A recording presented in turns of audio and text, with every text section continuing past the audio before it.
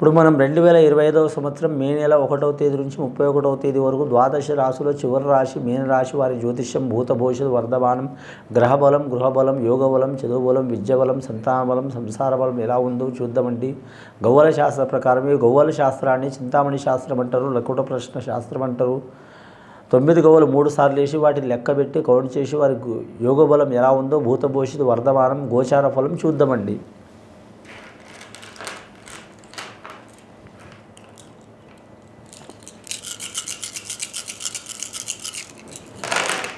మీనరాశి వారి జాతకంలో 2 గవ్వలు పడ్డాయండి. చంద్రమహర్దశ గవ్వలు పడ్డాయి వీరి జాతకానికి.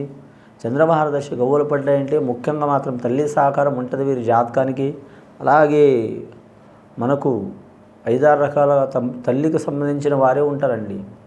ఒకటి కన్న తల్లి, రెండవది పెంచిన తల్లి, మూడవది మన భార్య అంటే ఎవరి అత్తగారు తల్లి చేసుకున్న భార్య తల్లి, మూడవ మాత, నాలుగవ మాత చూడాలంటే మాత్రం గురుపత్ని, 5వ మాత చూడాలంటే మాత్రం వదిలేండి. ఈ 5గురు మాత్రం తల్లితో సమానం కాబట్టి వీరి ఆశీర్వాదం ఖచ్చితంగా ఉంటుంది వీరి జాతక బలానికి.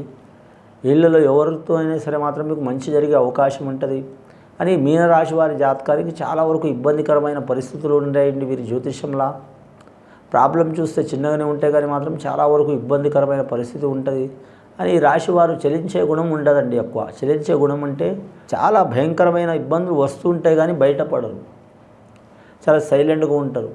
ఎంత వైలెంట్ బాధలు వచ్చినా కానీ సైలెంట్గా ఉంటారు. ఎందుకంటే మాత్రం మరి జాతకానికి ఒక రకంగా అదే వారికి శ్రీరామ రక్ష అండి. ఒక రకంగా మాత్రం ఇతరులను చూస్తే ఇతరులు వీళ్ళ గురించి చూస్తే మాత్రం ఇంత ప్రాబ్లమ్స్ ఉన్నా, ఇంత చాలా సీరియస్ ప్రాబ్లం ఉన్నా, సీరియస్ సిచ్యువేషన్ ఉన్నా కామ్గా ఉంటుండు ఏంది అసలు అని అనుకుంటారు. కానీ వారి జాతక బలానికి చూడాలంటే ఎంత బాధపడ్డా ఎంత ఇబ్బంది పడ్డా జరిగేది జరగమానదని ఆలోచనలో ఉంటారు.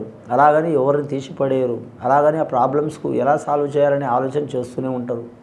ఈ రాశి వారి జాతకంలో చూడాలంటే ఇప్పుడు నడుస్తున్న ఘడియ ఎట్లా ఉన్నదంటే చంద్రమహర్దశ ఆలోచన శక్తి చాలా ఉంటుంది, బయటపడరు. ఎంత బాధ వచ్చినా నిదానంగా ఉంటారు. అలాగని కొన్ని కోట్లు వచ్చినా కూడా ఏం లేనట్టే ఉంటారు. 10 రూపాయలు లేకున్నా కూడా మాత్రం ఉన్నట్టే ఉంటారు. అంటే వారి భేదం ఒకరికి ఏరు. భేదం అంటే వారి మనసులో ఉన్న బాధ కానీ సంతోషం కానీ ఇబ్బంది కానీ సహజంగా ఒకరికి చెప్పరు. కానీ ఈ రాశి వారి జాతకంలో రేవతి నక్షత్రం వారికి మాత్రం కొద్దివాటి ఇబ్బందులు ఉన్నాయండి. ఏనుగు పాదం లక్ష్మి గుణం. రేవతి నక్షత్రం వారు ఎవరు పూజ చేసినా చేయకపోయినా అష్టలక్ష్ముల్ని పూజ చేయాలండి. అష్టలక్ష్ముల్ని పూజ చేయాలి. సంతానలక్ష్మి, సౌభాగ్యలక్ష్మి, విజయలక్ష్మి, జయలక్ష్మి, ధనలక్ష్మి, గజలక్ష్మి, అలాగే ధనలక్ష్మి, అలాగే మాత్రం చూడాలంటే మాత్రం వీరలక్ష్మి, అష్టలక్ష్మిని పూజ చేయటం చాలా వరకు మంచిది. రెండవది ఉత్తరాభద్ర నక్షత్రం. ఈ ఉత్తరాభద్ర నక్షత్రం వారి జాతకంలో చూడాలంటే మాత్రం విపరీతమైన చిక్కులు చికాకులు చాలా ఉంటాయి వారికి. ఎల్నాటి శని ప్రభావం చాలా ఉంటుంది వారి జాతక బలానికి. ఈ రాశి వారి జాతకంలో చూడాలంటే మాత్రం ఉత్తరాభద్ర నక్షత్రం వారు వెంకటేశ్వర స్వామి దర్శనం చేయడం చాలా వరకు మంచిది. శనివారం నియమం పాటించడం చాలా వరకు మంచిది. అలాగే మాత్రం ఆంజనేయ స్వామిని పూజ చేయడం చాలా వరకు మంచిది. ఈ జాతక బలంలో చూడాలంటే సింధూరం ధరించాలండి. అలాగే సింధూరం కలర్ వస్త్రం ధరించడం కూడా మంచిది. వెంకటేశ్వర స్వామి దర్శనం కూడా చేయాలి ఖచ్చితంగా. మాత్రం వీరి జాతక బలానికి మాత్రం శివుడికి సంబంధించిన వస్తువు త్రిశూలం కానీ పూజ చేయటం, అలాగే వీరఖడ్గాన్ని పూజ చేయటం చాలా వరకు మంచిది. వీరభద్ర స్వామికి వీరఖడ్గం ఉంటుందండి, శివుడికి త్రిశూలం ఉంటుందండి. ఇవి కూడా పూజ చేయటం చాలా వరకు మంచిది. ముఖ్యంగా ఈ రాశి వారి పేరు మీద మానసిక ఒత్తిడి, శారీరక ఒత్తిడి, కుటుంబ చిక్కులు, సంతానం మీద ఇబ్బంది, సంసారంలో ఇబ్బంది, భార్యకి ఇబ్బంది, ఆరోగ్యంలో నష్టం, హాస్పిటల్ పాలు ఇలాంటి సంఘటనలు ఉన్నాయండి. వాటిలో వీరు ఉపశమనం పొందే అవకాశం అయితే ఉంది. కానీ ఈ వైశాఖ పౌర్ణమికి మాత్రం వారి కుటుంబంలో కావచ్చు లేదా గుడిలో కావచ్చు మాత్రం వారు నమ్మిన దేవుడు కానీ వారు కొలిచిన దేవుడిని కానీ పూజ చేయటం చాలా వరకు మంచిది. సద్బ్రాహ్మణులతో చేపించడం మంచిదండి. రెండవసారి గవ్వలేసి చూద్దాం.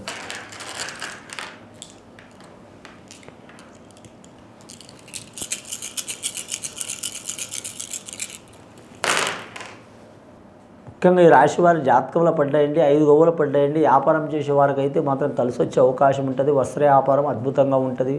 హోటల్ ఫీల్డ్ రంగం వారికి కలిసి వచ్చే అవకాశాలు ఉన్నాయి. రెస్టారెంట్ రంగం వారికి కలిసి వచ్చే అవకాశం ఉంటుంది. అలాగే వీరు జ్యోతిష్య బలంలో చూడాలంటే వైద్య రంగం వారికి కలిసి వచ్చే అవకాశం ఉంటుంది. గవర్నమెంట్ ఉద్యోగస్తులకైతే ఇబ్బందులు తప్పవు. ఆకస్మికంగా వీరు ట్రాన్స్ఫర్ అయ్యే అవకాశం ఉంటుంది.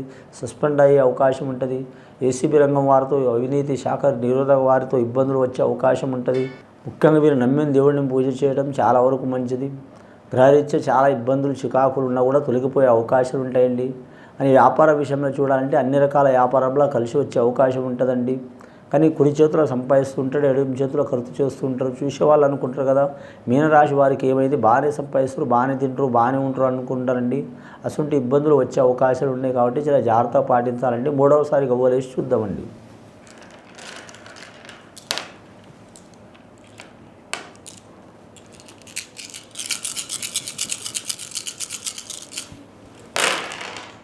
మూడవసారి గవ్వలిస్తే ఇంకా 2 గవ్వలు పడ్డాయండి. చంద్రమహర్దశ జాతకం. ఈ మీనరాశి వారి జాతకంలో ముఖ్యంగా నిరుద్యోగులు శుభవార్త వినే అవకాశం ఉందండి. గవర్నమెంట్ ఉద్యోగస్తులు ఇబ్బందులు తప్పవండి. ఏ శాఖ వారైనా సరే, ఏ రంగం వారైనా సరే. అలాగే ప్రైవేటు ఉద్యోగస్తులకు మాత్రం కొంచెం మంచి ఫలితం కనిపిస్తుంది. కళారంగం వారికి కలిసి వచ్చే అవకాశం ఉంటుంది. క్రీడారంగం వారికి కలిసి వచ్చే అవకాశం ఉంటుంది. వ్యవసాయ రంగం వారికి ఇబ్బందులు తప్పవండి.